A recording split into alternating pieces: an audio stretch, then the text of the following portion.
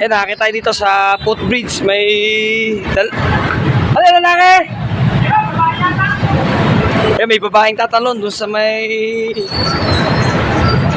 sa may poste. Sisilipin natin.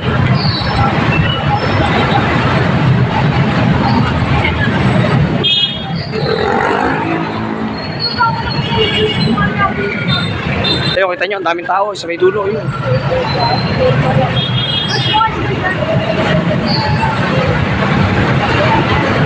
Nakatambay ako kanina sa may BPI ngayon. Nagtatakbuhan yung mga gwardiya. Kaya pala nagtatakbuhan, may tatalon na babae. May binabalak na naman na parang magpakamatay, ganyan. Titingnan natin kasi pipigilan daw ng security guard ng SM. Kaya punta tayo doon. Tingnan natin, makiki-isyoso tayo.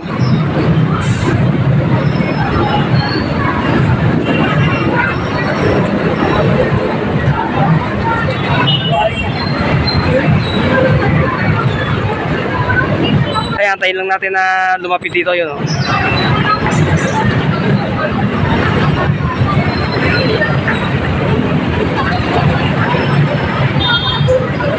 Ayun na, hawak na ng mga poso.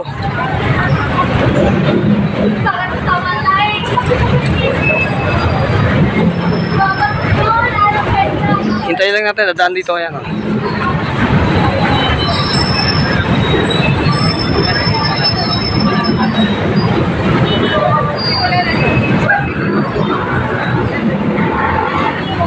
Ayun pala, sa kabila dumaan.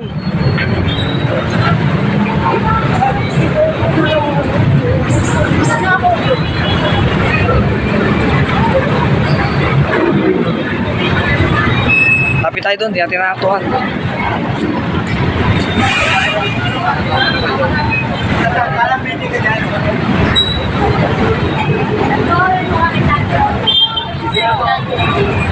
Wala na dyan. Ano nga?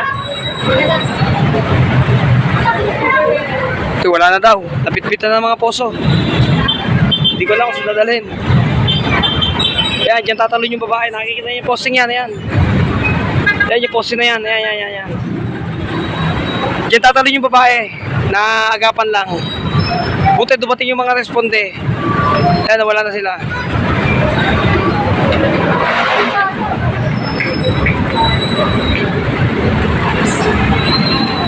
Ayun na, sinakay na sa mobile ng gwardiya na SM. Ayan, oh. Ayan yung puting sasakyan na bokyo.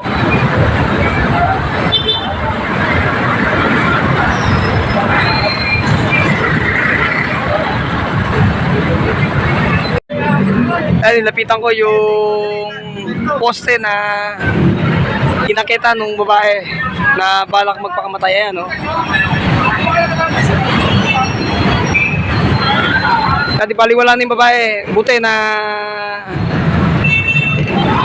nailigtas ng mga gwardiya dito. May nakakita.